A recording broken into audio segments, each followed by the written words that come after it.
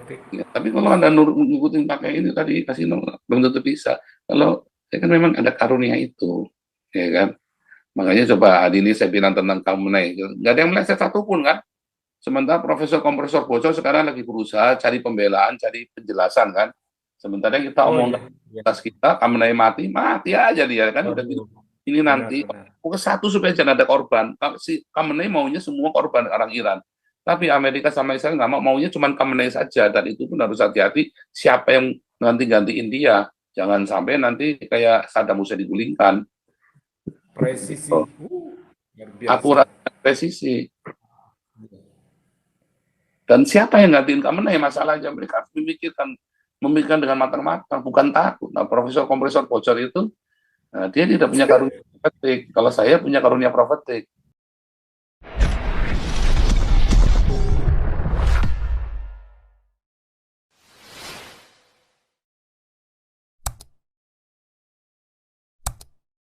Boleh, Anda mau tanya apa aja isu-isu seputar ini ya. Anda mau tanya isu-isu seputar ini juga boleh ya. Ben Purba, silakan. Ya, baik. Terima kasih, Pastor. Ya, Iya. Wah, dulu saya penggemar Amerika, apalagi kalau dibilang California. Woi, saya paling suka lagunya California itu. hotel. Welcome to the Ya, Hotel California. Ya, pertanyaan saya mengganggu pemikiran saya juga, Pastor. Ini ya, di perjanjian lama, Abraham dibenarkan karena iman. ya. Itu perjanjian baru belum ada, Nah, iya sebelum ada hukum Taurat. Nah, setelah di perjanjian baru, Paulus berkata, eh, coba kau tunjukkan imanmu, saya tunjukkan perbuatan. Jadi saya langsung berpikiran agak ini yang mana ya? Rasul Paulus itu seolah-olah mengatakan karena perbuatan, tapi di perjanjian lama betul-betul firman Tuhan mengatakan Abraham itu dibenarkan karena iman. Mungkin saya belum terlalu ini di Hagios di ABC Pastor, jadi cuma itu apa saya ingin penjelasan dari Pastor Paul. Terima ya, kasih. oke. Pak Henry, ya. Apa bukti kita punya iman?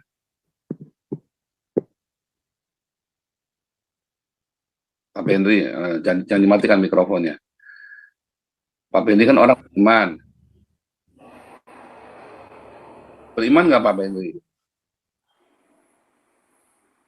Ya, saya jujur saja Pastor Paul memang Enggak, singkat aja. saya Pak Henry orang beriman ya apa? ya saya beriman yang sebatas yang saya rasakan. Buktinya apa?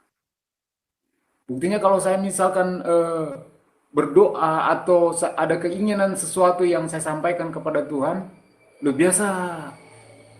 Bahkan Pastor Paul ini mengenai nomor pernah loh saya minta ke Tuhan.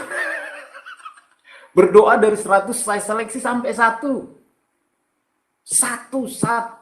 Itu saya minta loh kepada Tuhan. Saya jujur saya minta kepada Tuhan. Kenapa minta nomor itu?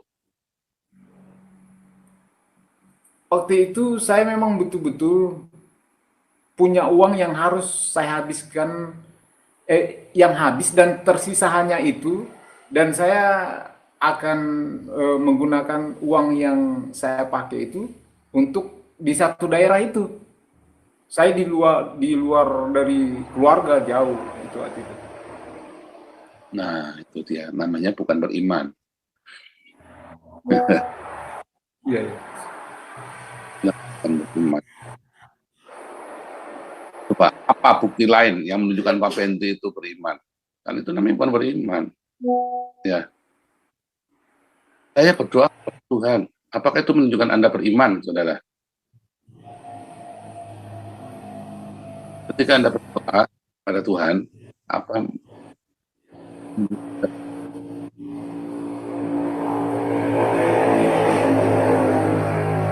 doanya saja nggak pakai iman. Ya kan Anda berdoanya saya nggak percaya kan. Karena ketika Anda melakukan semua ritual-ritual itu, berdoa, buktinya saya ke gereja, Pak. Apakah dengan kamu ke gereja menunjukkan kamu itu beriman? Nggak mau ke gereja, bukannya mau beriman. Apakah ke gereja berarti menunjukkan Anda beriman, saudara? Belum tentu. Ya, karena mau ke gereja, kamu cuman merasa aku sudah beriman. Nah itu, aku merasa aku sudah beriman. Iman itu bukan masalah kamu pergi ke gereja, bukan ritual agama. Beriman itu kehidupanmu sehari-hari dan perbuatanmu. Contoh, ya, ada pendeta mengaku beriman. Contoh lagi lah, etis lah nih, kita kasih tahu etis nih. Oh, ini saya apologet sederhana, saya mengajarkan Yesus Juru Selamat dan mengajarkan ajaran Yesus untuk mengasihi. Buktinya apa si Edis itu mengasihi? Nah, ada orang susah datang minta tolong sama dia nggak ditolong. Loh, itu ada nyata semua ada di TikTok. Loh, saya lihat sendiri. Saya sampai gedek-gedek. Ya, grupnya Reda itu. Ada orang datang minta tolong, nangis saya lihat. Nggak ditolong, nggak bergeming. Aduh dek, bagaimana ya dek? Aduh dek. Cuman begitu aja. Aduh dek aja. Begitu saya lihat mana, oh ya, kita langsung kumpulin. Itu namanya beriman. Bertindak. Itu loh. Apa buktinya Anda beriman? Siapa di sini masih suka utang sana, utang sini? Berarti kamu nggak beriman. Kenapa kamu masih utang? Kamu kan minta sama Tuhan kan? Kalau kamu yang masih suka utang sana, utang sini, ya ada pendeta saya dengar suka utang sana, utang sini, ya berarti kamu nggak beriman. Ya masih minta sana, minta sini, berarti kamu nggak beriman. Itu. Jadi bagaimana tahu kita beriman? Dari perbuatan kita. Anda beriman, pasti masih menjinai istrinya orang. Beriman enggak? Apa ini? Waduh, Oh, ngeri tuh Pak ada Pastor. Enggak kayak pendeta Saifuddin, dia beriman, lalu dia menjinai istrinya orang. Itu beriman apa enggak Saifuddin itu? ya, mungkin Tapi, retorika yang dia berarti kan dia nggak sampaikan takut kan. sama Tuhan dengan hukuman Tuhan, dia nggak takut kan? Berarti dia kan nggak punya iman, itu enggak? Balik lagi etis, dia katanya beriman, tapi dia bilang saya takut dengan masa tua saya nanti nggak ada yang memelihara. Berarti dia beriman apa enggak? Tidak. Saya beriman, semua yang saya miliki harta saya berikan untuk menginjil untuk komunitas supaya terawat semuanya. Beriman. Karena saya beriman. Ya, saya berikan semuanya. Nanti hari tua saya bagaimana? Nanti Tuhan pelihara saya. Nggak tahu bagaimana cara, ini Tuhan pelihara saya. Oh, nggak pakai hikmat? Oh, pakai hikmat. Saya tahu. Saya tahu aturan di Belanda. Ya. Nah, tapi saya tahu, saya punya prioritas, yaitu merawat orang-orang yang miskin.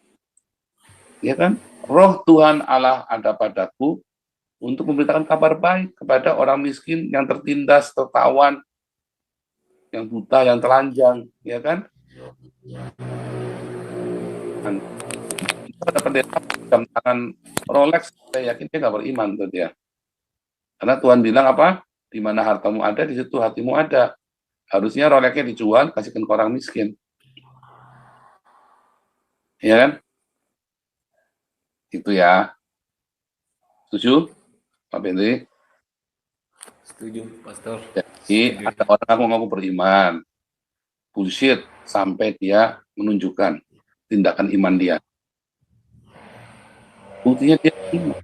Saya Tuhan, tapi aku tolong utangin dulu ini mepet ini. Ya, berarti kamu tidak beriman. Ya, Nah, kalau kemarin tadi saya cerita tentang kasino tadi, Anda nggak boleh coba. Kenapa nggak boleh coba? Anda bukan, kamu tidak punya karunia kenabian. Jangan dicoba. Nah, kalau saya punya karunia. Jadi saya ngerti. Dan saya tahu, nggak boleh diterusin. Saya kan cuma mau ngetes saja, mau tak tunjukkan. Iya kan? Mau saya tunjukkan, ngajari si Marcel, ngajari Edwin ini loh. Nih, tak tunjukkan di depan mata. Ya, karena mengembangkan karunia profetik. Makanya kita ada kelas profetik ya kan, dan saya ajarin bukan supaya Anda jadi nabi, tapi supaya Anda mengerti profetik itu apa. Tidak semua orang punya karunia profetik, jangan maksa. Itu loh Pak. Beda kasusnya tadi kan. Itu Pak Fendri. Profetik, profetik. Ya, tapi kalau Anda ngikutin pakai ini tadi kasino belum tentu bisa. Kalau saya kan memang ada karunia itu, ya kan. Makanya coba hari ini saya bilang tentang kamu naik, nggak ada yang meleset satupun kan. Sementara Profesor Kompresor Bocor sekarang lagi berusaha cari pembelaan, cari penjelasan kan.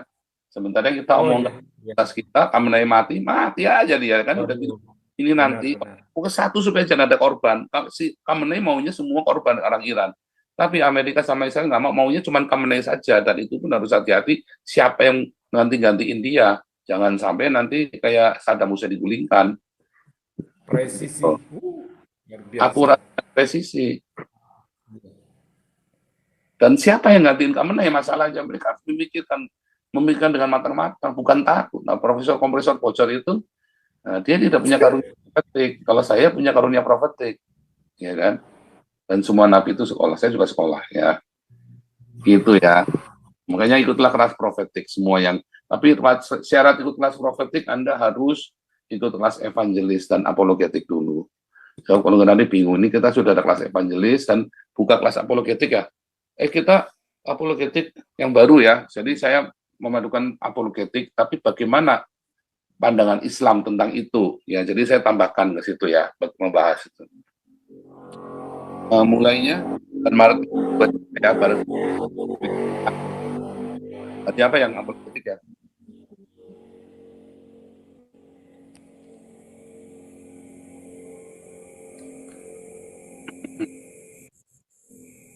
Kalau homiletika hari Selasa ya.